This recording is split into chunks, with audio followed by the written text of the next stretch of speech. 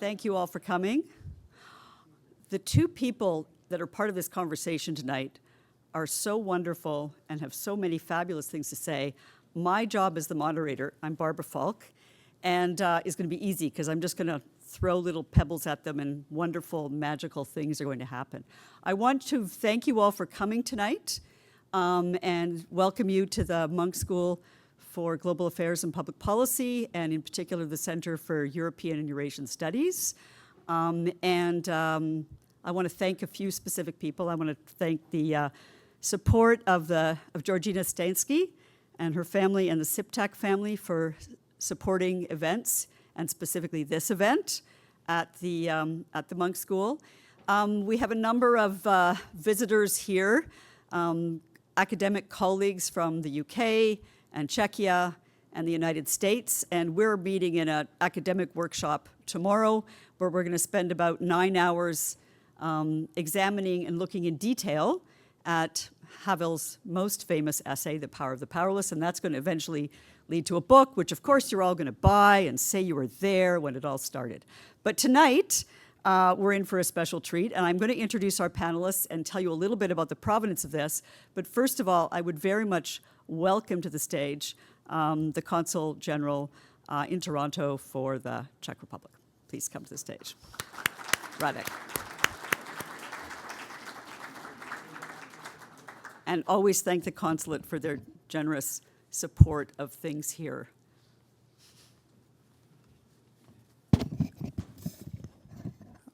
Okay, I hope that you hear me. Thank you, Barbara. Thank you for welcoming me here.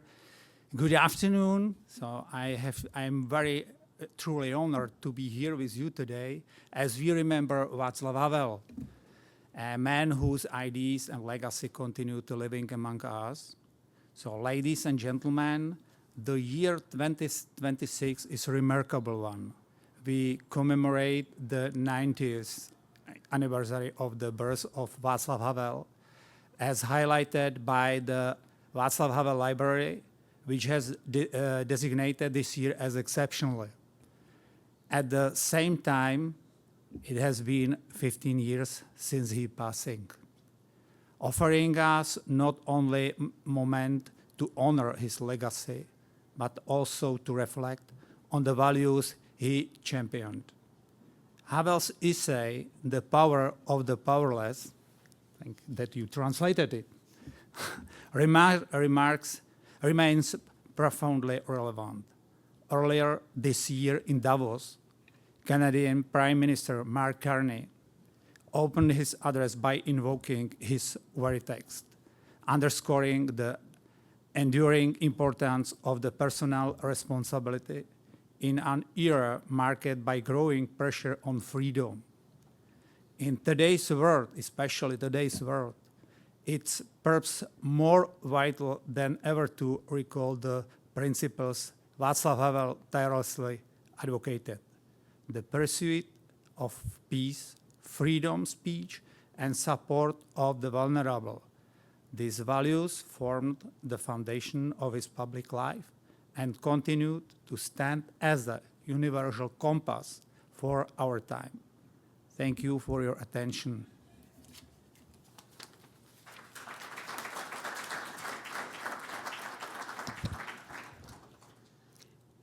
Thank you very much. And before I begin with the introduction of our panelists, I also want to thank the incomparable and amazing Rob Austin, although he hates to be thanked because he's always busy thanking other people. Rob, you're not paying attention to me. Thank you. Thank you, Barbara. Yeah, okay. Rob and I have been friends and colleagues for several decades and have organized many events together, and none of this would be possible without Rob and the able assistant of Catherine Lukitz, who will be here tomorrow. So thanks to them. I also want to say that this conversation is public this evening for all of our benefit together. But in a deeper, longer sense, it began when Marci Shore and I first met Paul Wilson, and we were talking about this on a Zoom call. We think it was in October of 1995, and it was in the apartment of Gordon Skilling. Gordon, as you may know, was the founder of what was then called the the Center for Russian East European Studies at the University of Toronto, which is now the Center for European Eurasian Studies. And in his retirement, beginning with that day and our conversation with Paul, who we were extremely eager as graduate students to meet, let me be clear, because he was so well known as Havel's translator.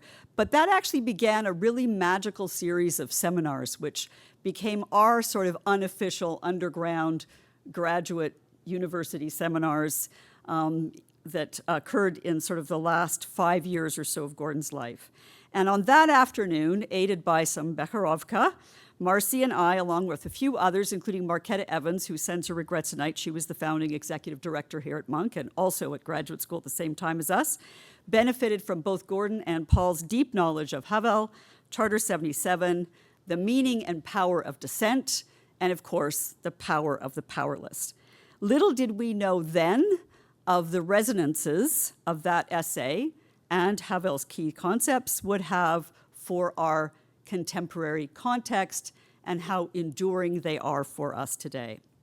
I think that it goes without saying that for all of us, this essay has continually and profoundly influenced our lives and our thinking. We're so privileged to have with us here tonight Havel's most important translator, interpreter, and Paul gets embarrassed when I say this, but he is absolutely a Havel scholar in his own right. And joining with him, Professor Marci Shore, who has recently joined the faculty of the University of Toronto, but has also returned to the campus and to the city that she lived in so many decades ago. Marci's work has been absolutely infused with Havelian inspiration. She will share with us a little bit tonight on her most recent book that she's finalizing on phenomenology and how this essay reverberates there. And I have the easy job. I'm moderating the discussions. There is no Q&A tonight. I am the Q, they are the A. That's how this is going to work. I have some prepared questions, but really I believe we're just in for a real intellectual treat, listening to the two of these fine individuals and scholars respond and react to one another. So without any further delay, I'm going to enjoy myself sitting in between these two, and I'm going to throw some questions out and get them going.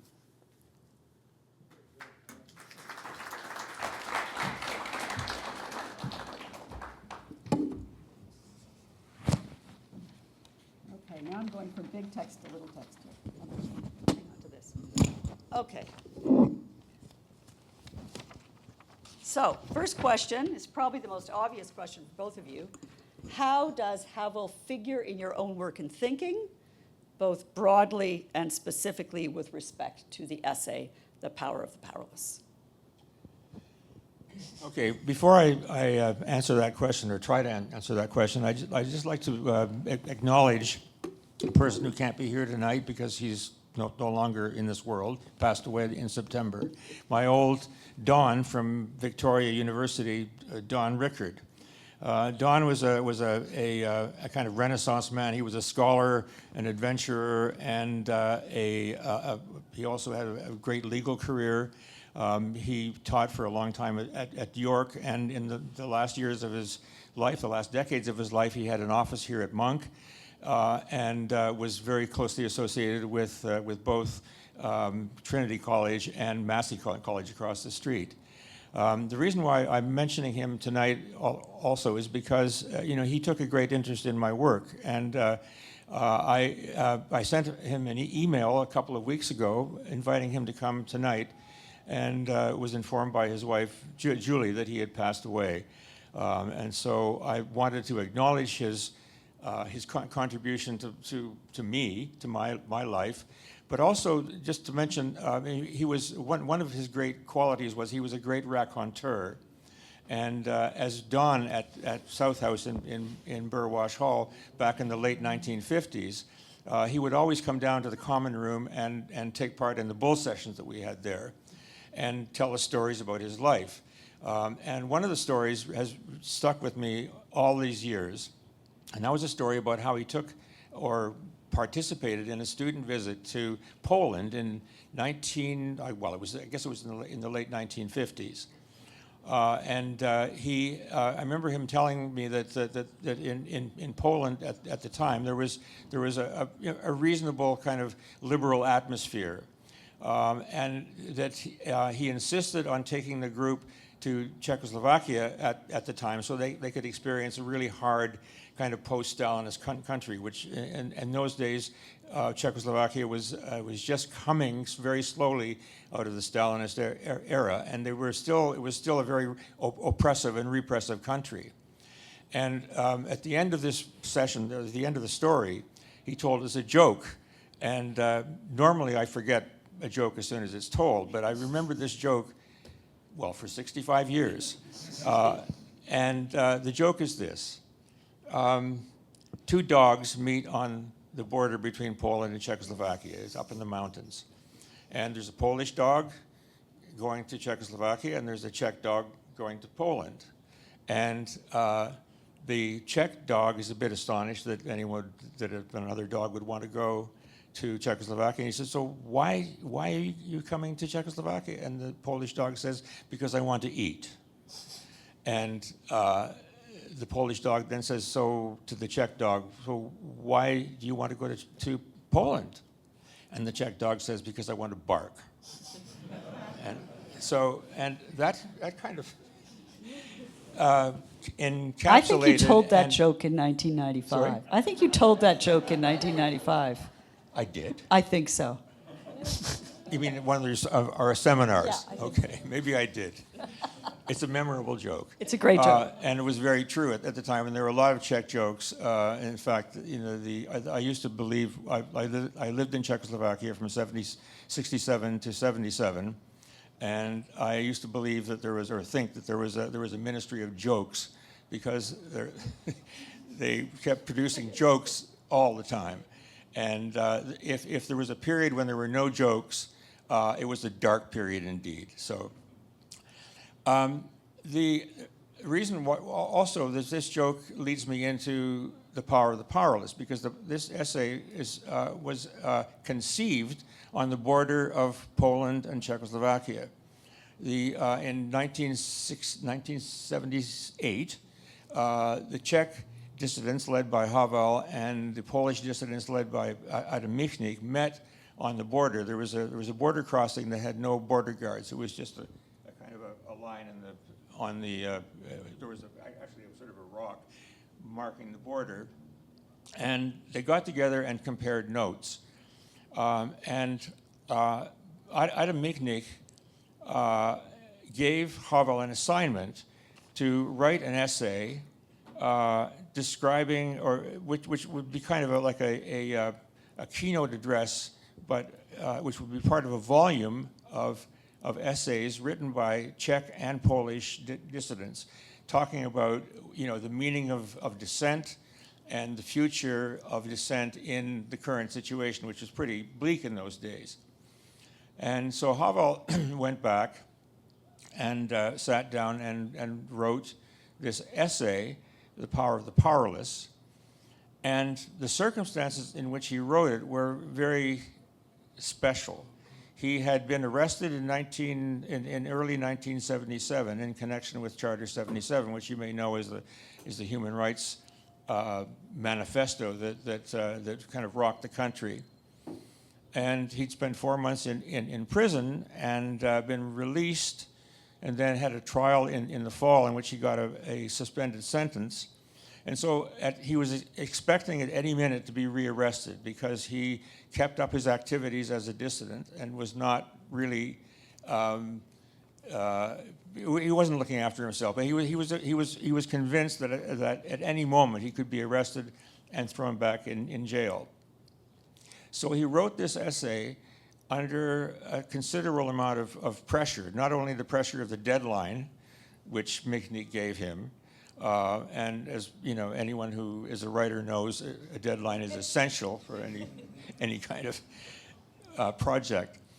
But I think he poured into this essay, which is fairly long and fairly detailed and broad in its scope, everything that he wanted to say because he never knew when he would get another chance to say it. So this is became his kind of signature essay, and it's still obviously interesting to people today. So that's my story of the origin of The Power of the Powerless. Last night in a pub, a bunch of us talking about when we first read the essay and how we could remember with such detail the impact that it had on us. So I'm going to turn it over to you, Marci, and talk about that impact and how it figures in your work. Okay, I also remember when I first read the essay, which is when I first encountered Paul, although not in person. So this was back in 1991, 1992, and I was in my second year at Stanford. And one of my professors, it was David Holloway, said, "This is the essay that you need to read." And I actually remember lying on the grass outside of a Grateful Dead concert in Silicon Valley. Havel would have approved of that. It was very appropriate, reading this essay, which was, it was a totally appropriate setting for that. And people were braiding hair and selling bagels and smoking marijuana. But this was, of course, long before I knew Czech. I later did learn Czech, and my Czech is now very rusty. But I just want to put out a little plug for the importance of translation, because that essay really did change my life. Like, if I hadn't read Havel at the moment when I read Havel, my whole intellectual development would have taken a different turn, And if that text hadn't been in English, needless to say, I was, as a 19-year-old, would have had no chance whatsoever to discover it. And that, that it was rendered not only in English, but so exquisitely in English, is to Paul's enormous credit.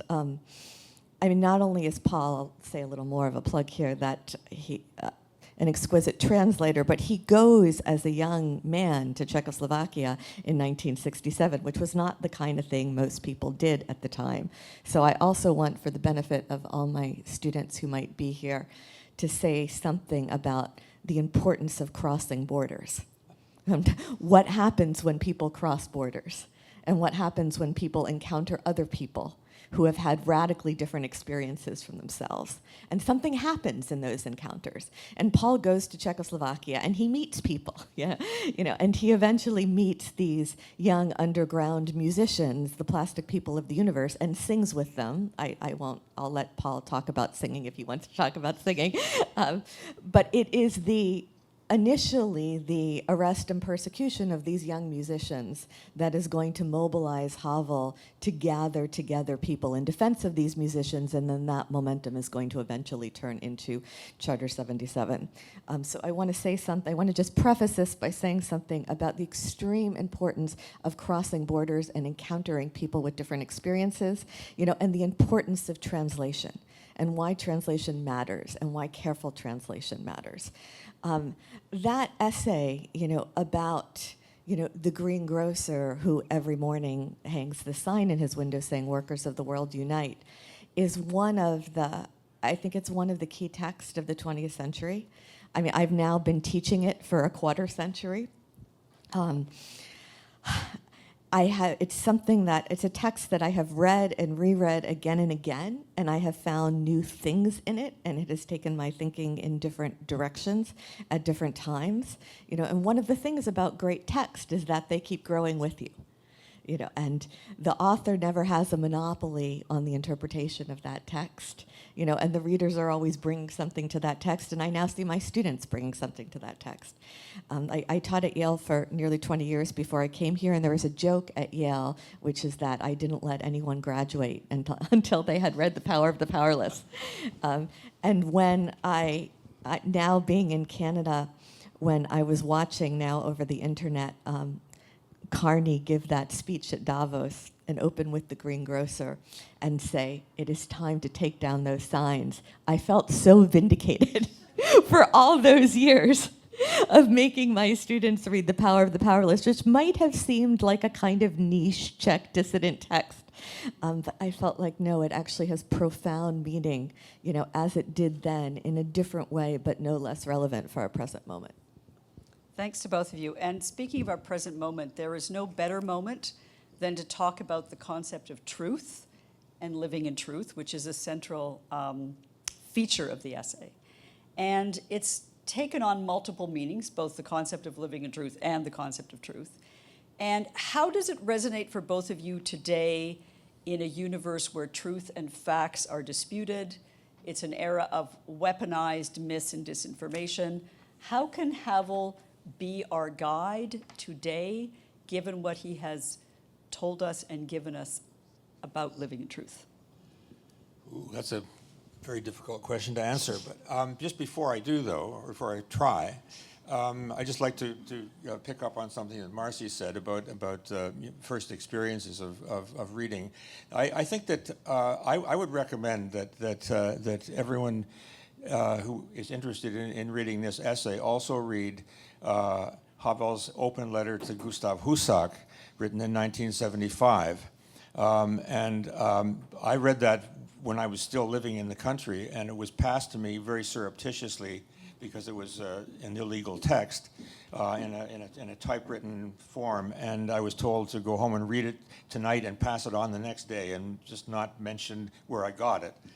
And I remember reading it, and it was a fantastic experience because 1975 was a period when things really seemed hopeless. There was nothing happening. I mean, that's sort of, I mean, when I say there was nothing happening, there was lots happening invisibly, but it seemed that the sort of period of consolidation after the Soviet invasion had settled in and was never going to change. And two things happened. There was an essay written by Ivan Juros, who was the artistic director of the Plastic People, and a friend of mine wrote this description of life in the Czech musical underground, which was very inspiring, and it also inspired Havel when he got to read it. And then this essay, or the open letter to Husak, which is really kind of like the Power of the Powerless. It's a sort of a pretext where he, in a much more emotional and less cerebral way, describes exactly how the system that had been set up after the Soviet invasion worked, and what devastating effects it was having on Czech society and on Czech people living in it. This isn't really the place to go into the details of that essay, but there's some very interesting observations. One of them is that his observation that the way these dictatorial regimes work is by humiliating people, and the idea that one would have to place a sign in the window, the one that one have to take part in elections in which there's no choice, attend parades that you have no enthusiasm for, sign petitions, fill out questionnaires, this constant barrage of the need to obey at the expense of, if you don't, things can really, bad things can happen in your life. So anyway, the open letter to Husak has very many observations that in The Power of the Powerless, Havel then develops in much more detail.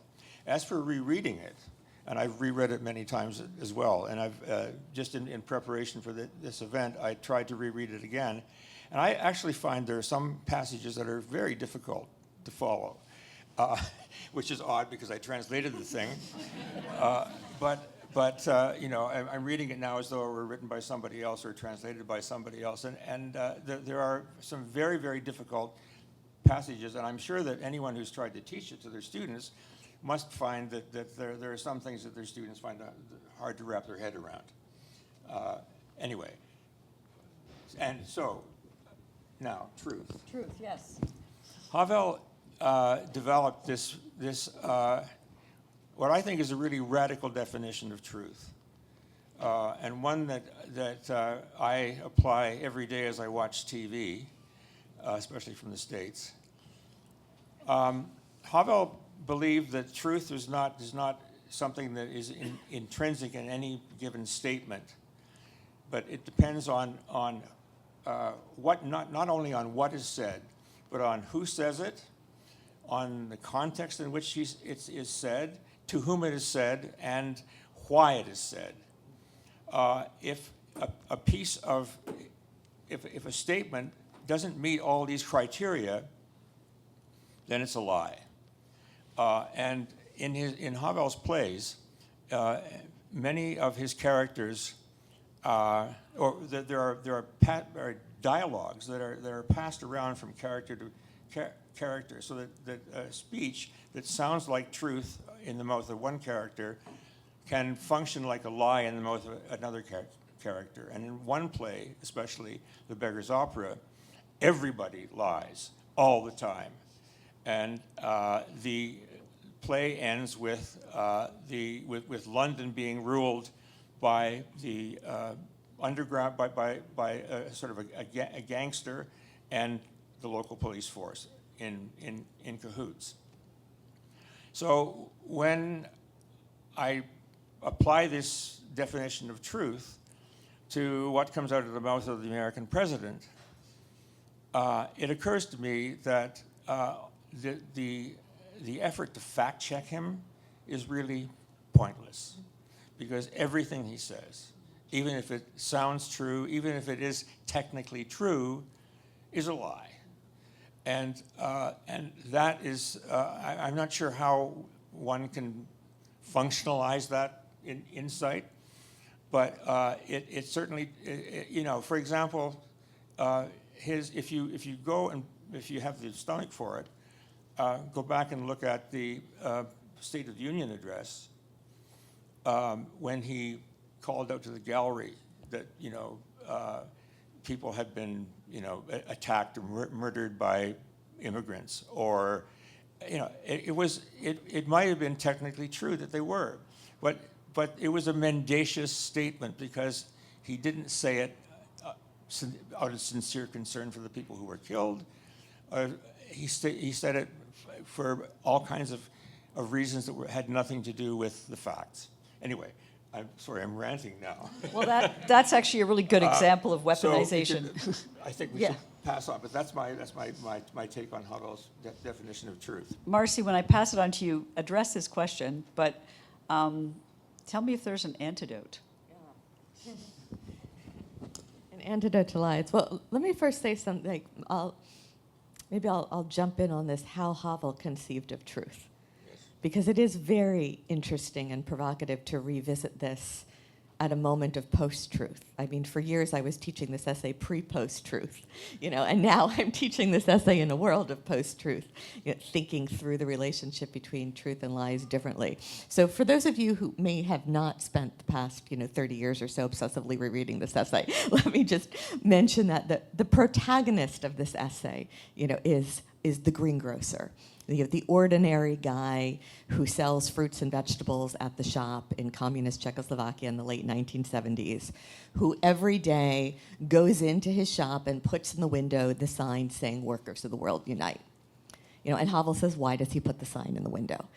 Is it his sincere desire to acquaint people with his socialist consciousness and optimism about the glorious communist future?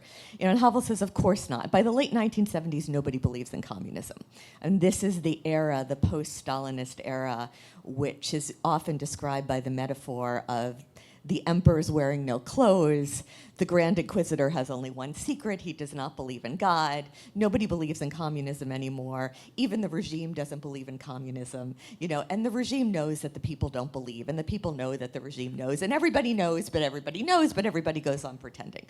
So the greengrocer is lying to his customers, he's lying to the regime, he's lying to everybody, about believing in communism by putting the sign in the window. But that's only the first kind of lie. The more profound kind of lie, and the one that Havel is more deeply concerned about in this essay, is the lie that the greengrocer is telling to himself. He's not lying to himself about his belief in communism. He knows perfectly well that he doesn't believe in communism. The greengrocer is not fooling himself about that. But the greengrocer is lying to himself about his powerlessness, about the fact that he can't do otherwise than put the sign in the window. And this second kind of lie is what Sartre would call mauvaise foi, bad faith, in which you are both the teller of the lie and the recipient of the lie, to go back to the point about truth as a relationship to both who is speaking it, and who is receiving it. And in this case, there is the lie that the greengrocer is telling to everybody, at which he's telling them that he believes in communism, and they know he's lying, and he knows he's lying. But then there's the lie he's telling to himself, which is that he can't possibly do anything else because he's powerless. And this is the more profound kind of lie, and this is the much more morally problematic kind of lie.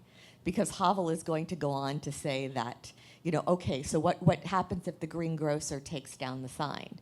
Well, somebody could inform on him, he could be denounced, he could be interrogated, he could be detained, his children could lose their access to education. Well, why would all these bad things happen to the greengrocer for taking down a sign that no one believes in anyway? Well, it turns out that despite the fact that nobody believes it, that it's just a ritual, the sign is nonetheless very important to the regime. In fact, if one day all the greengrocers were to take down their sign, that would be the beginning of a revolution. Therefore, the greengrocer is not so powerless after all. Because he's not powerless, he's also responsible and therefore guilty for it's the greengrocers who allowed the game to go on in the first place. And this is this is the moral accusation. That Havel it's a deeply anti-populist text. He's indicting the whole population. And this is also a kind of key, and I'm going to keep going with what Paul said about the contextual notion of truth to how Havel conceives of truth and lies. Because I think there are a couple things going on here. There's the two kind of lies, the lie you tell to others and there's the lie you tell to yourself. There's the fact that in some ways the ontological reality of falsehood is proven by contrast with the ontological reality of truth. We know there's such a thing as truth because we know there's such a thing as lies. And that contrast is real. We know the greengrocer is lying. We know no one believes anymore. But also this notion of truth in which, truth is not just this kind of extrinsic object to be reified. That it's a robust subjectivity, and a very strong sense of responsible selfhood that is not what is relativizing truth, but it's what's grounding truth. And that's another kind of philosophical move. That the fact that there's a subject responsible for truth, that subject and truth are linked through responsibility, that's not what makes truth a kind of relative free-for-all. That's, in fact, what makes it real. So where's the antidote? So I'm not going to let you go on that one. Oh, the antidote to lying, or the antidote to post-truth. Yes. I definitely feel that there's a return to Havel and a return to this kind of dissident philosophical tradition is an antidote to post-truth today. Because post-truth is coming out of, I would make an argument here that some people may disagree with, but let me throw it out anyway, that the postmodern move, to say that there is no such thing as a kind of stable subject, a stable meaning, stable truth, was a move that develops in the critical sensibility of the left as a defensive strategy against the absolutist truth claims that gave us the totalitarian ideologies of the 20th century. When that philosophical wave comes to post-Soviet Russia in the 1990s, it is reconceived as a kind of offensive strategy of the right, which was not the original intention. To say now we know that you have your facts, we have our facts, there is no such thing as absolute truth, it always depends on somebody's perspective, and the move is less to censor the truth as to undermine the notion that there is any such thing as truth. because we know that, objective truth is all kind of is a fantasy and it's all in the mind of the beholder. And I think this activist notion of truth that Havel and his friends are offering us, is a potential antidote, because it's not saying that truth is just a reified object that is somehow existing apart from us. It's saying that we bear responsibility for seeking it out, that it has a relationship to ourselves. And that responsibility, he quotes Patočka in The Power of the Powerless, and he says, Patočka used to like to say that the thing about responsibility is that we carry it with us everywhere. And profoundly for Havel, to be a subject as opposed to the object, to be a self, to be an I, and he talks about the I versus the not I, is to take responsibility for truth. And that to me seems the only antidote we have, that you need a self that is taking responsibility for truth, that is actively seeking it out, that is saying part of what it means to be an I is to go out looking for that truth. Patočka's notion of responsibility, I would also disentangle it from guilt, which I think is something that has very much gotten mixed up, to go back to my own tragic country that Paul is talking about. So I'm American, I should first of all say. So I'm the fascist takeover in the States is like, I feel both implicated in, and is particularly wrenching for me. It's not your fault. Oh, thank you. I feel like in some way, like it's all of our faults. But there's a notion that, for instance, we're not going to teach kids about slavery anymore. Why should white kids today feel guilty of slavery? And I think this is a misunderstanding. I don't feel guilty of slavery as something that happened before I was born. Guilt, I think, is something contingent. You are guilty of something you did or did not do. Responsibility, in the sense in which Havel takes it from Patočka, is always already. It is non-contingent, it is a priori, it is always with us, we are always responsible. So I may not be guilty of slavery as something that happened when I was not alive, but I am responsible for looking that truth in the eye and telling the truth about it. I am responsible for grappling with the consequences of it today. Okay, sorry, I'm just going to go off on this stuff. But I think let me just put on the table, for Havel, the key thing here is the relationship between truth and responsibility, and the self taking responsibility for truth. I'm glad you mentioned that, because I think we talk about power of the powerless, often we talk about truth and we talk about power, and that third part of the triangle, responsibility, gets a little left behind. So thank you. I think you may want to respond to what Marci has said. Yeah, I just wanted to say that Havel has this phrase, living in a lie, or living a lie, and living in the truth, and these are two different modes of being. And the thing is that in a totalitarian state, the state that he was describing in The Power of the Powerless was an established 30-year totalitarian state. It was different from the 50s when Stalin was in power. It was more, shall we say, gentle, if you like. People were not tortured and shot and sent away for 15 years or 20 years or life. But there was an existential way of controlling people. And if you did not obey, you could lose your job. Your child could not necessarily go to school. You might lose your telephone. You might lose your driver's license. There's all kinds of ways that the regime had, petty ways of controlling you. But what he was describing was a society which is totally, from top to bottom, kind of saturated with mendacity. It's what's interesting, if I can use the word that perhaps that's not the right word to describe what's going on in the States right now. It's horrific, but you can actually see how that happens. Trump lies all the time. The people who work for him must lie, or they won't work for him.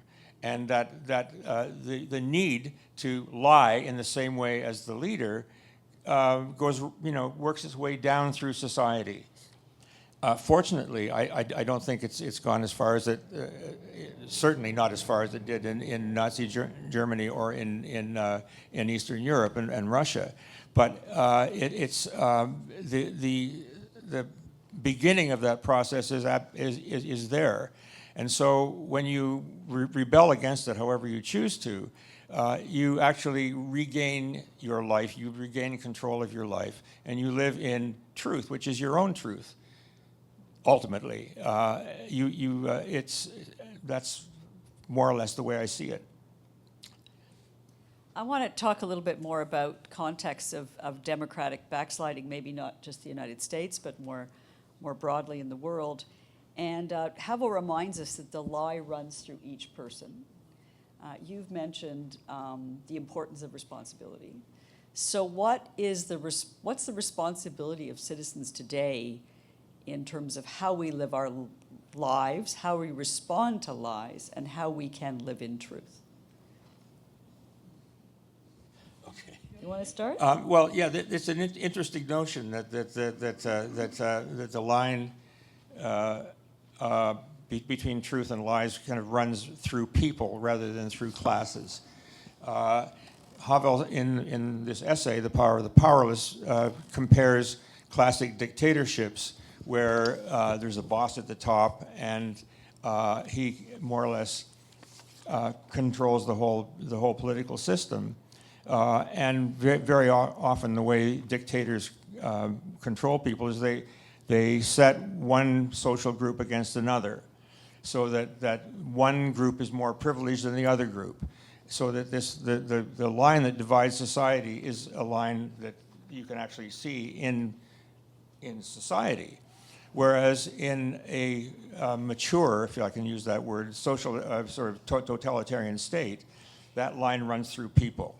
And every person living in that society is both the victim of the repression and also its perpetrator, because the greengrocer has been humiliated actually by the need to put this sign in his window. But the fact that he puts the sign in the window also means that he's supporting the system. And that's what I think he means by the line of the lie, or the line between lie and truth runs through people, not through social groups. No, I think it's one of the most profound observations. I think it also, is one of the reasons that source of what we could call the anthropological catastrophe of present-day Russia, an inability of Russians to come to terms with past Soviet crimes because they are both victim and oppressor. What it means to live in a totalitarian system is to be implicated in it, even as you are victimized by it. And that was one of Havel's revelations. I mean, another text I'd like to teach that I think is a very good counterpart to The Power of the Powerless, we were talking about this earlier, is Havel's one-act play Audience, which is a kind of semi-autobiographical play in which the Havel character is named Ferdinand Vanyek. And Vanyek is a dissident who is, who needs to find a job. He's lost his job, and if you're not working in a communist system, then you're a parasite and you can be arrested. But nobody wants to hire you if you're politically problematic. And so Vanyek finds a job at this beer brewery where the brewmaster, who is a kind of nice guy, has agreed to hire him, even though he has no particular skills for this particular situation. And the brewmaster is trying to be very nice and gives him an easy job, and would like everything to go well. But of course, then the secret police come to the brewmaster and say, well, I need you then to write weekly reports on this dissident who is working at your brewery. And the brewmaster goes to Vanyek and says, okay, this is what happened. They want me to write weekly reports on you. It's really kind of stressful for me. I'm not a writer. How it's not going to be easy for me to come up with a text about you every week. He's AI. Right? And you're a writer. Couldn't you just do it yourself? Couldn't you just write the reports on yourself? He's like, this would be child's play for you. Come on, you just write a little report on yourself. And it's the kind of thing you know how to do and I don't have to do. You could do this for me, right?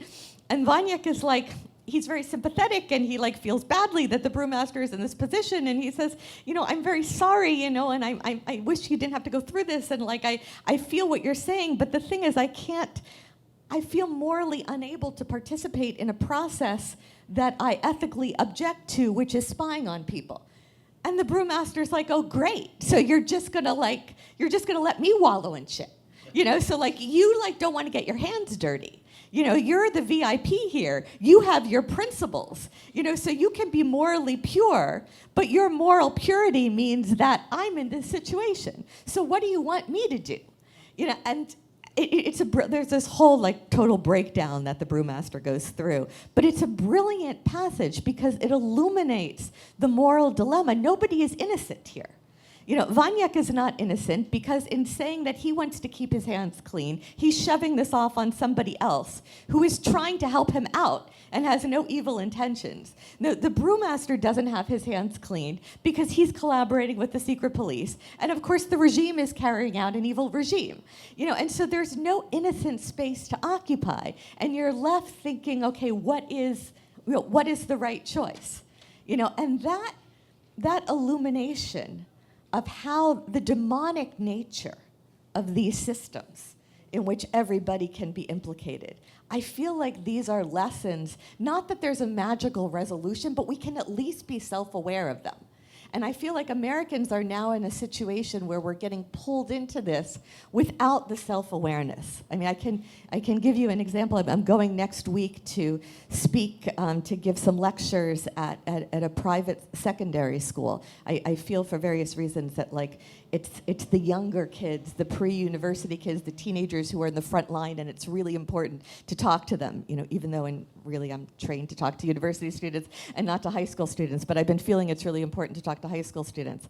And the school is like, please don't say anything directly about this administration because we'll lose our donors, and we have students whose scholarships are dependent on the donors, And this is a moral dilemma. Like, I feel like I can't not answer students' questions honestly. You can ask me to give a lecture on a historical topic, and I can give a lecture on a historical topic, but if students ask me questions about the present moment, I don't feel that I have a moral right to censor myself. But then I understand the school's point of view saying, okay, right, so you can be pure, you can keep your hands clean, but we're the ones who have to make sure that we have scholarship money for our students who otherwise won't be able to go to school here. And what happens if we lose our donors? And I recognize, I don't have a solution to that moral dilemma, but I recognize it's a moral dilemma, and I recognize it's a moral dilemma in part because I've spent all this time going through and communing with the moral dilemmas that people like Havel were describing. The other thing about that is that Havel has this amazing capacity to sort of see the world from the other side. I mean, the brewmaster is not the hero of the play, but he is the most interesting character in the play. Vanyek is just a kind of a sounding board in many ways. I once saw a performance of Audience in London. The National Theatre had decided to put it up, and they were rehearsing it by taking it around to various schools. And I went to one of these rehearsals in a school in the East End of London, which is a working class school. And the character playing playing the brewmaster spoke with a Cockney accent, and Vanyek spoke with a posh accent. And the audience reaction was totally different from what it would have been if it had been played in Czechoslovakia or anywhere else, really, because the brewmaster then was the hero. The kids identified with him in a way that kind of vindicated Havel's vision. It was absolutely right, on. And the thing is that he spent a lot of his time talking to ordinary people, and this may be a segue to the new book. The new book. We're waiting for this one. Go ahead, Paul. Well, no. Okay, so I've just finished translating a book by Havel that had been hidden away long ago written by him after he had spent 4 months in prison. After Charter 77 had come out, he was arrested and interrogated and held in custody and finally let go. And he wrote what he wanted to be a book about it. He never finished it because, well, I think reality took over and he got too busy. But he hid the book somewhere and then forgot where he hid it and couldn't find it. He knew it was there somewhere out there in the universe, but he just didn't know where it was. So about 6 or 7 years ago, the grandson of Havel's closest friend was going through his grandfather's archives, and he found the manuscript that Havel had written back in whenever it was, 77. And he handed it over to the Václav Havel Library in Prague, and they published it as a book, and along with essays by other people, essays by a person who did some research in the police archives and was able to identify and write about the police who interrogated him. So anyway, I was given the chance to translate this book, and I've just finished it now. And what's really amazing about it is that Havel was, like a true writer, made use of every single experience he had, whether it was good or bad. He absorbed the things that the situation that he found himself in, and he identified, and so he wrote little sketches of the people who interrogated him. He wrote a very funny sketch of his cellmate, who was a working class guy who was arrested because he'd gotten so sick and tired of his job in a steel plant that he just decided, I'm not going to go to work anymore. The bosses sent the police after him, and he was now facing a charge of either absenteeism or parasitism, one or the other. Parasitism would get him 3 years, and absenteeism would get him 3 months. So he was in this cell with Havel, and it's really funny. I have to tell you this. He for the first 2 or 3 weeks, Loisa, the worker, was a bit, walking on eggs around Havel because he thought maybe, he was a political prisoner and maybe he shouldn't be talking to him. But finally he loosened up and started asking Havel, why he was there. So Havel very, willingly explained the situation. And Loisa got very interested in the situation. But he just could not understand why anyone would do what the Chartists had done. He said, you mean, so let me get this straight. You wrote a protest to the government, protesting the government's actions. And you delivered it to them. What were you thinking? How could you possibly have, you knew in advance they were going to come after you because you criticized them. You can't criticize the government in this country. They're all bastards. We know that. And then, so the conversation went on, and the next day, Loisa said, there's one thing I have to get straight as well. You actually signed this petition? And Havel said, yes. With your own name? And Havel said, yes. And you gave them your address as well? And Havel said, yes. He said, well, what were you thinking? No wonder you're in jail. So Havel, has this. His contact with the real people was real, and I'm surprised that Loisa never showed up in one of his plays, although maybe aspects of Loisa showed up in some of his plays. So I think that although Havel is a great sort of political analyst, if you like. His letter to get Gustav Husak is a masterpiece of analysis of a budding totalitarian society. But he was also an artist. and a playwright, and he saw the world in terms of conflict, he. What's really amazing about him as a writer, and I find this, because I'm down in the trenches with it when I'm translating his work, or his plays, or his essays, is that he has this ability to combine a very human way of grasping the world and also a very intellectual way of grasping the world. And sometimes in The Power of the Powerless, the two don't quite mesh, right? And he becomes somewhat incomprehensible, which brings us to the topic of phenomenology. You're asking my questions for me. You're making my job easy. So, I mean, you've talked. I mean, I want to come back to the thing you're working on now is kind of the missing link between the charter and power. But let's throw it over to Marci, because you're now reading this translated text, which is kind of the missing link, at the same time as you're finishing a book on phenomenology, which is going to be infused by your many decades of reading of Havel. So pick it up there for us. Okay, I will try not to make the audience suffer with too much phenomenology. Phenomenology is a philosophical movement started by Edmund Husserl. Jan Patočka was one of Husserl's last students. Jan Patočka, as this young Czech student, goes to Freiburg in 1933 to study with Husserl. Now, that is a very particular moment, because Husserl, as a non-Aryan, as a converted Jew, now that the Nazis have taken power, he's professor of emeritus, he is now persona non grata at his own university. And so Patočka can only study with him in this kind of underground way, by, going and meeting with him privately in his apartment.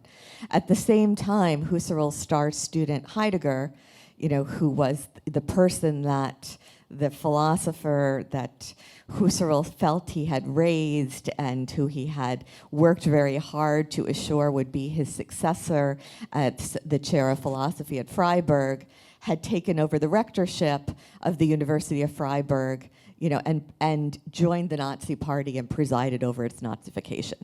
So this is a particular moment that this young Czech philosopher, Jan Patočka, was now studying with both of them. He was attending Heidegger's classes. He was studying privately with Husserl. So there was not only a political and moral clash and conflict and drama playing itself out, but there was also philosophical drama playing itself out. That philosophical drama, and in some ways the political drama, I think, remained with Patočka his whole life. And the phenomenology that Havel gets comes largely through Patočka and is kind of filtered through this very particular experience. So phenomenology, in Husserl's original sense, had a lot to do with what Husserl called pure seeing. And it comes in as part of a long history of epistemology, which is philosophical questions about knowledge, which is, how do we know the world exists? Like, how do I know this cup is really on the table, this glass is really on the table, and it's not just inside my own consciousness? And the phenomenological method involves a lot of pure description. Can I bracket these questions about what's real and what's not real, and can I concentrate on describing exactly what I see? And there is a faith that truth can come from this kind of pure description and pure experience. And I mean, this is something I find I use a lot when I'm talking to journalists now, about, again, the disastrous situation in my own country where, Canadian journalists or European journalists call me and say, what happened in Minnesota? And I said, well, first of all, I'm not in Minnesota. You should really talk to people in Minnesota. But insofar as you want to talk to me, I don't actually have any secret knowledge that you don't have, but if you want to walk through this, let's walk it through with the phenomenological method. What did we just see? We have videos. NPR analyzed the videos, CNN analyzed the videos, the New York Times analyzed the videos. We just watched a guy in the mask fire 3 bullets into the head of a 37-year-old woman in her car who had just dropped her kid off at school and was not threatening anyone. You know, you saw that as well as I saw that, but let's take a moment and describe exactly what we see. You know, and so Husserl's methodology about, like, it has to do with overcoming this bridge from subject to object through an act of pure seeing. You know, and that confidence that you could get to clarity and get to truth, I think was very important for Havel and very important for Patočka. Heidegger then comes in, and Power of the Powerless is kind of saturated with Heidegger, including the late Heidegger. Heidegger comes in and says, well, this whole question about how the subject can get to the object doesn't quite make sense, because the subject, because who is the subject apart from we human beings? And there is no magical Archimedean point outside of the world with which we could get a distance on the world as an object and look at it from the space between subject and object, because we're always already in the world.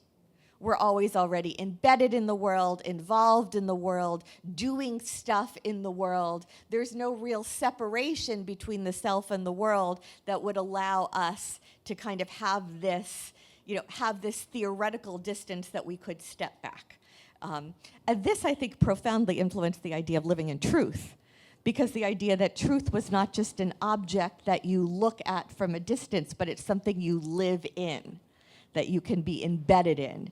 You know, Heidegger makes this distinction between living authentically and living inauthentically, which Heidegger, I think, very disingenuously claims is merely a descriptive distinction, and he's not being normative. He's obviously being normative, but he doesn't admit it. Whereas Havel makes it explicitly not just normative, but moral. You know, there's a moral imperative to live in truth. You know, and truth is not an abstraction. Truth is something that you live in. But this whole tradition of searching for truth, of seeing the truth, of looking at the truth clearly, of describing the truth, and the relationship between what it means to be embedded in the world and oneself being implicated in the world and involved in the world in truth. Patočka was very much, through his whole life, kind of in conversation with and synthesizing these two traditions, which we could kind of call phenomenology turned Heideggerian existentialism. And Havel takes, I think it's a lot, I mean, Havel is reading Husserl. There's even he mentions in that new manuscript that you translated, he's like, oh, should I be reading Husserl? I mean, Havel is reading these people himself, but he's taking it largely through Patočka. And Patočka's interpretation has already synthesized both of these things. Right. Well, this whole question of phenomenology and the role that it played in the 1970s, especially in Czechoslovakia, is a really interesting question. I don't pretend to understand what phenomenology is, although I tried very hard. Because I had to translate a lot of Havel's stuff in which he uses phenomenological language. But my attempt to understand phenomenology was my attempt to understand the way he understood it, rather than understanding the way Patočka or other philosophers did. And it struck me that it was like almost like any port in a storm. Anything that was the intellectuals around Havel and the intellectuals who were philosophically minded were looking for any philosophy at all that would act as an antidote to this Marxism, to materialism, and so Havel was, even from very young age, was interested in Patočka's work. But because he was a writer, he was interested in any form, any writing that could explain the world to him. It could have been a novelist, it could have been a poet, it could have been a philosopher. It doesn't matter. He was hungry for the way other people saw the world and curious about the way other people saw it and how they expressed it. So when he went to prison for 3.5 years and was writing his letters to his wife, these letters were censored so that every letter he wrote had to be read by a prison guard or a prison censor. And this is when he began to use phenomenology as a kind of a way of communicating thoughts and insights that he did not want the censor to understand. And so a lot of these, especially the later letters to Olga, were extremely difficult for me to translate because he used phenomenological language in a way that was probably okay, but I wasn't in a position to judge. So as I was working on this translation, Havel was now out of prison, and I started, I sent him a letter, actually, with about 300 questions, saying, what did you mean here, what did you mean there? And he wrote back, and now these letters didn't go by normal post, so I would write a letter, and a month later he would get it, and then I would get a reply a month later. So it was a very long and slow process. And he wrote me back saying, I don't really understand what I meant anymore. So I'm sorry, but I can't help you. So I was reduced to going to visit a close friend of Havel's in Vienna, Jiří Němec. And we sat down with my 300 questions and kind of worked through it and worked, developed a translation that was more or less faithful to what Havel thought he meant back when he was in prison. But it was a unique problem because the words that he used in Czech were translated from the German, and I had to find the equivalent of these expressions in English. So it was kind of a very roundabout way of doing this particular type of translation. But I think one of the things that I find interesting about phenomenology is that it's also the basis for psychoanalysis. And this is where it kind of gets sort of where the rubber hits the road, because there's something called Daseinsanalysis. And Dasein is a basic concept in phenomenology. It means something like existence in the world. And there is a school and practitioners of psychoanalysis who use Heidegger and who use phenomenology as a basis for example, analyzing dreams. And when a friend of mine who is now no longer with us, but was a Dasein's analyst. I said, so what is the difference between a Freudian analysis of a dream and a Dasein's analysis of a dream? And she said, well, in Freudian psychoanalysis, a snake can be anything. It can be a symbol of something else. A house can be a symbol of the soul, Whereas in my analysis, a snake is a snake. A house is a house. A glass of water is a glass of water. It just is what it is. It sounds pretty appealing, but there are very, very few people who practice this, and I think there's a market out there for Dasein's analysis. The down-to-earth dream analysis. Well, one thing you never are is obtuse, and I think I've decided that it's actually a lot easier just sitting next to Marci than actually reading Heidegger. So if we could just kind of take Marci around with us everywhere we go, it would make our lives so much easier. So thank you so much for your clarity. I want to zoom in a little bit more on the context of the essay in that period of time between the meeting on the Czechoslovak border with the Czechs and the Slovaks and the time the essay is written, and the time of imprisonment, and that just prior time when the charter was written, and then, of course, his imprisonment.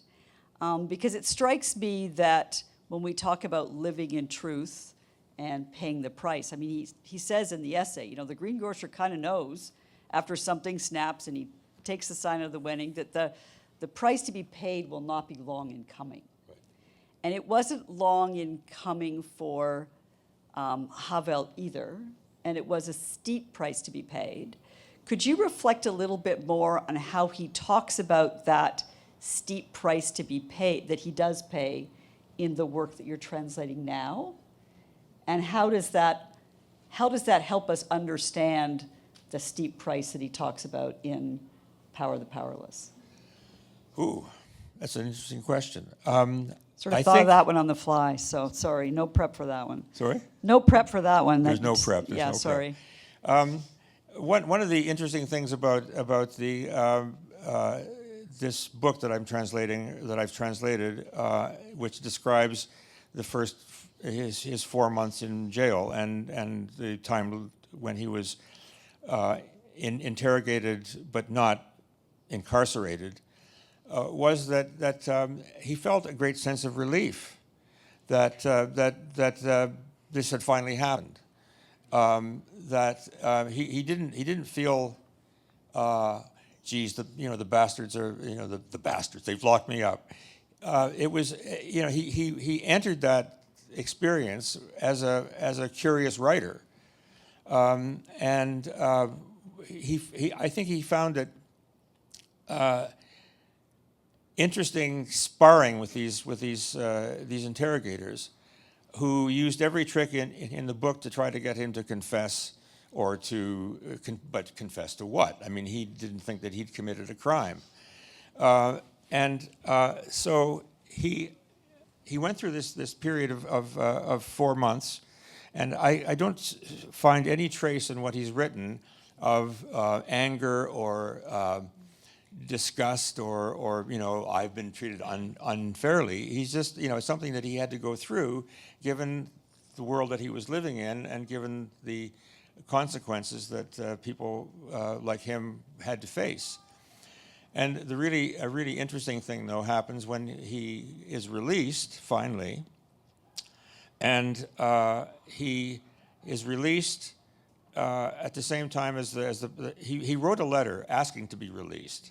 And in that letter, he felt he had to give the police something in order to make it like a normal deal. You let me go, and I will promise not to be so politically active. But he formulated this, he thought, very cleverly, so that they could not use it against him. But of course, they found a way to use it against him, and as soon as he was released, the secret police or the Ministry of the Interior issued a press release saying Havel has resigned from his chairmanship of Charter 77. He's promised not to do anything untoward. He's promised to just go back to writing, to being a playwright. And Havel was humiliated by this, and never really got over it. It was something that it was an experience that made him actually think about killing himself. He wrote in addition to what he wrote after the prison, he wrote when he was in prison. He wrote a diary, and there's one entry thinking about Mislim na maszle, which means the noose. I'm thinking about the noose. But the interesting thing is that he felt, once he'd been released, that his true place was now back in prison. This is very weird. That he felt that prison was the only place where he was actually, in the real world that was there as a kind of a possibility for the people who weren't in prison.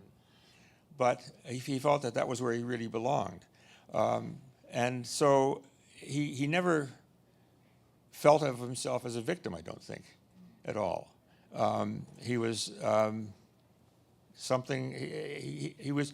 It's almost as though he was sort of paying the price that one has to pay for speaking one's mind and being as active as he was. And living in truth. And living in truth. Yes.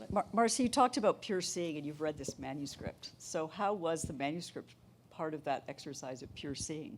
Yeah, I have to say, I was so excited about this manuscript. As Barbara kindly mentioned, I'm finishing this very long and process book, the germ of which has been with me really in some ways since first reading Havel in the 1990s, that has to do with encounters among thinkers connected to phenomenology in Central Europe. And it was just about ready to go, and I'm now telling my literary agent, like, wait, there's a new source. Like, I'm going to redo the whole last chapters because this is phenomenal material. A lot of that text. Well, let me first maybe. So Havel, when the Charter 77 is conceived, as a manifesto, a human rights document, it only asks that the Czechoslovak government respect the human rights guarantees that it itself has agreed to in the Helsinki Accord.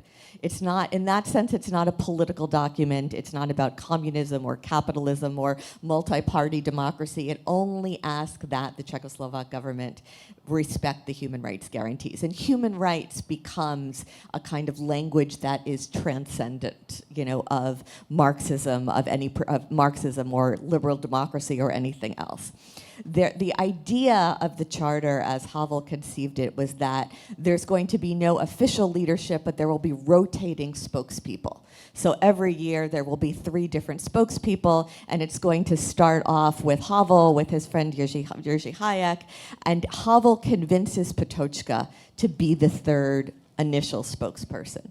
This is a very big deal because Patočka was the kind of elderly, not very elderly in our terms, but elderly as he himself conceived of at the time, late 60s, Socrates figure who had never put himself out there before.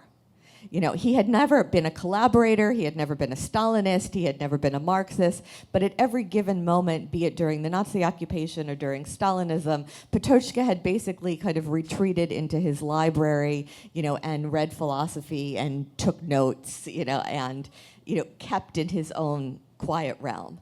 And Havel convinces him to come out and take a big risk. And Patočka's going to end up paying for that with his life. He is going to then die, following exhausting interrogations in March 1977. So Havel, now being in prison, he knows he's in prison. He has his last encounter with Jan Patočka was in the waiting room in the middle of the day when they were both being interrogated. Havel knows that Patočka's gone, that there are only 2 more of these spokespeople left, himself and Hayek. And that's very much, I think, inflecting, how he's having this experience. That the moral authority that Patočka had and the intellectual authority is now this missing piece. Havel is also going to miss the funeral because he's in prison. What he writes, is in some ways, and I just read Paul's remarkable translation of this extraordinary manuscript, a phenomenology of the relationship that an interrogated person has with their interrogator. And it's completely fascinating, because the encounter with the interrogator is one of the darkest and most intense and most profound and most intimate relationships or encounters that one ever has. And Havel is intensely self-reflective about it. And there are a couple different interrogators. These are the only, aside from the cellmates, the only human beings he's really having contact with. He likes to talk. He likes to kind of think out loud. He likes to think in dialogue. He has a lot of thoughts about his own case, about what's right, what's wrong, about what other people should be thinking about. He's curious about other people. What does it mean to be drawn into these conversations? When does he understands it's a game. He understands that the other person is not operating in good faith. But he also, at moments, has a lot of kind of self-confidence, perhaps a bit hubris, that he's smarter, that he can maneuver the situation, that he knows what he wants to say, that he's thought this through. And so he's getting drawn into these conversations and trying to figure out, well, if I say it this way, but not this way, if I agree to sign this, but not that. And as a document that is an exhaustive phenomenological description of looking at, in incredible detail and very vividly, the relationship with the interrogator and the encounter with the interrogator. It's completely fascinating. And as Paul says, there's a moment at which he feels he makes a fatal mistake. And one of the things he agrees to is that he will resign from the spokespersonship of Charter 77. And at the time when he initially kind of made that offer, well, it seemed obvious to him that he wouldn't be a good spokesperson anymore because he keeps getting arrested and interrogated, and it would be better for the Charter in any case, and they would, the other Chartist would clearly understand, because even if he hadn't offered that, it would be better for the Charter to have another spokesperson, but They also had a contingency plan to replace them if that happened, right? Right. So he didn't initially feel that he was making some horrible compromise, but he then belatedly second guesses himself and thinks that that was an unforgivable, and he starts thinking of it kind of, seduction of the devil or Faustian temptation. And so I want to throw out there that I think there are then three encounters that are important. There's the encounter with Patočka and the way in which he convinces Patočka to take on the spokespersonship, which is a move he has never made in any analogous way earlier in his life that's going to cost Patočka his life. Then there's his encounters with the interrogators. And then, as the next step towards the power of the powerless, there's his encounter with Adam Michnik, which really is one of these moments when two great minds meet. And intellectual historians love these moments because, like if Roman Jakobson doesn't meet Claude Lévi-Strauss, in 1941 in New York, we don't have structural anthropology. Like if Havel doesn't meet Adam Michnik, we may never have had the power of the powerless, and we may never have had this whole line of thought. But those two minds meeting on this mountain, Paul mentioned that there's not only was it a border, but it was a mountain on the border. And neither one of those guys, Adam is still very much alive, is particularly athletic, but somehow they both get up the mountain. And Havel even gets up the mountain with this bottle of vodka. And he's talking about the potentially explosive significance of these small acts, like taking down a sign. And Adam kind of commissions this from him. And then Havel writes this essay, and it's dedicated to the memory of Jan Patočka, and then smuggled back, into Poland. An anonymous courier shows up at Adam Michnik's Warsaw apartment with this manuscript. So there are these three levels of encounter. There's the encounter with Patočka, which becomes intense and meaningful at the very end, although Havel had known him before and read him a lot before. There's the encounter with the interrogator that clearly has a profoundly transformative effect, including about guilt of responsibility for Havel, and then throws him into this obsession with Faust and the Faustian temptation, which we could also talk about. And then there's the encounter with Adam Michnik, without which I think this wouldn't have happened. Right. There's another aspect to this text as well. There were, during the late 1970s and early 1980s, there were a number of samizdat texts circulating. They were largely anonymous, but they were descriptions of what rights you have as a person being interrogated, and what the most appropriate way to behave is. It was a kind of a genre. There were lots of these things floating around in the samizdat world, and they were extremely useful because people would read them and at least then know what their rights were, when they had the right to be silent and when not, and how not to spill too many beans when you're talking to the police. And so my sense is that this is also Havel's contribution to that genre of samizdat, except that it's in way more detail than any of the other ones that I've seen. But there is an aspect of a didactic aspect to this, and one of the things that he talks about is okay. So the default position for anyone speaking to the police is not to speak at all, but the reality is that it's almost impossible not to speak. So don't beat yourself up if you spill some beans. Just don't spill beans that can hurt anyone else. You can, and he offers advice about how to kind of, spin the police. This is something that if an FBI agent were to get a hold of this, they'd be horrified. You can't lie to the FBI. Well, I'm sure it's been done. The sort of classic, I'm sure it's been done. The classic position is this friend of mine, Ivan Juros, that I mentioned, who is the artistic director of the Plastic People. Which was the band that you sang for? Just right. so that everyone is aware, yes. Okay. He spent, between 1973 and 1989, he spent 9 years in jail. He was a completely uncompromising guy. He was once asked by the secret police, they said to him, "You're a Roman Catholic, right?" And Ivan Euro said yes. "So that means you're not allowed to lie." And Euros replied, "Vam smim." I can lie to you. I'm allowed to lie to you guys.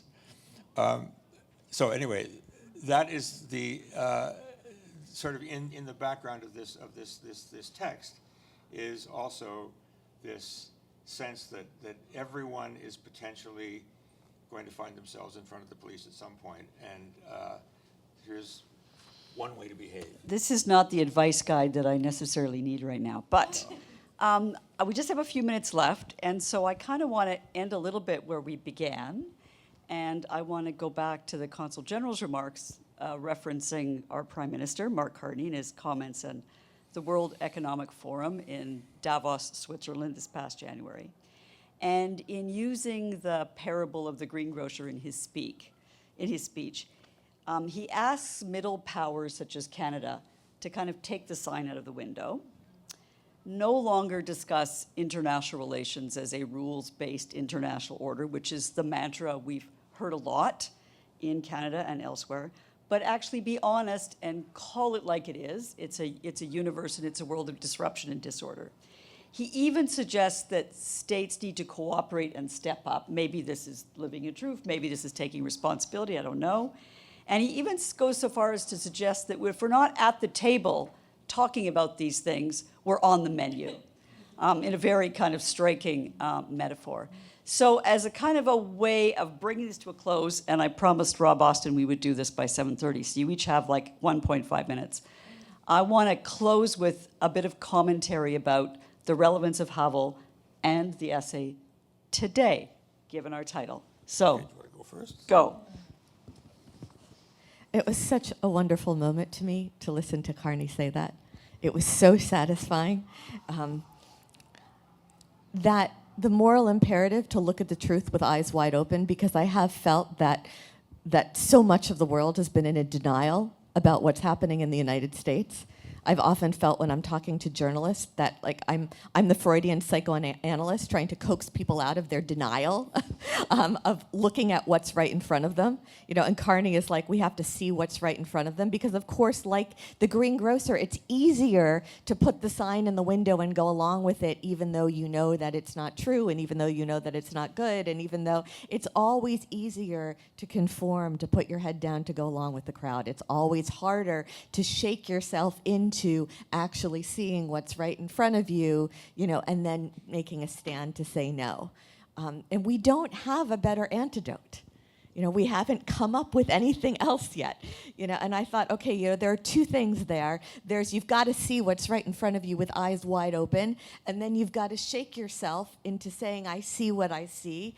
You know, and then you've got to say, I'm not just going to take the easiest route out, that I'm going to take responsibility. I mean, I think we go back to Patočka's notion that Havel is drawing on, that responsibility is a priori, it's non-contingent, it's always already, we are always already responsible, and we're always already responsible for truth.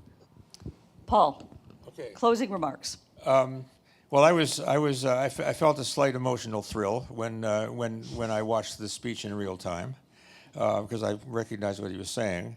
But then, you know, I began to wonder how much of the essay he'd actually read, and whether or not he was prepared to face some of the consequences of taking the sign out of the window.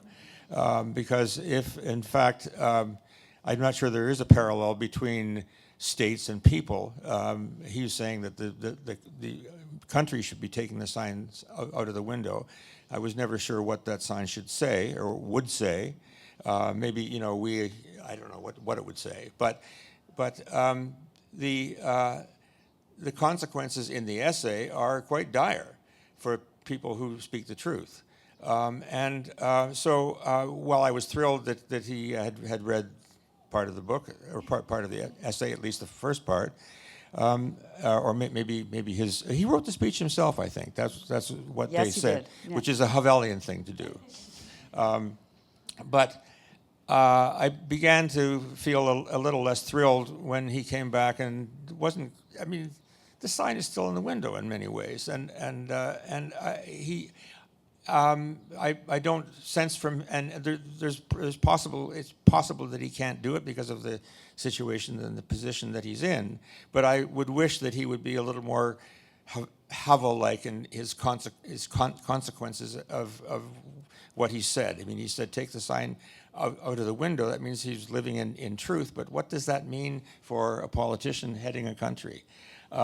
So my response is that it was wonderful that he's reading Havel, but I'm just wondering how much more he's taken from that.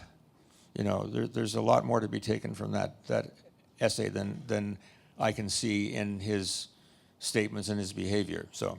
Well, Anyway. as we enter trade negotiations with our largest neighbor Yes. to the south, we may soon be discovering And what that is. how do you enter trade negotiations with people who lie, right? That's Right. that's the problem. I want to thank you both. I want to thank all of you for listening. I know it's been an absolute treat.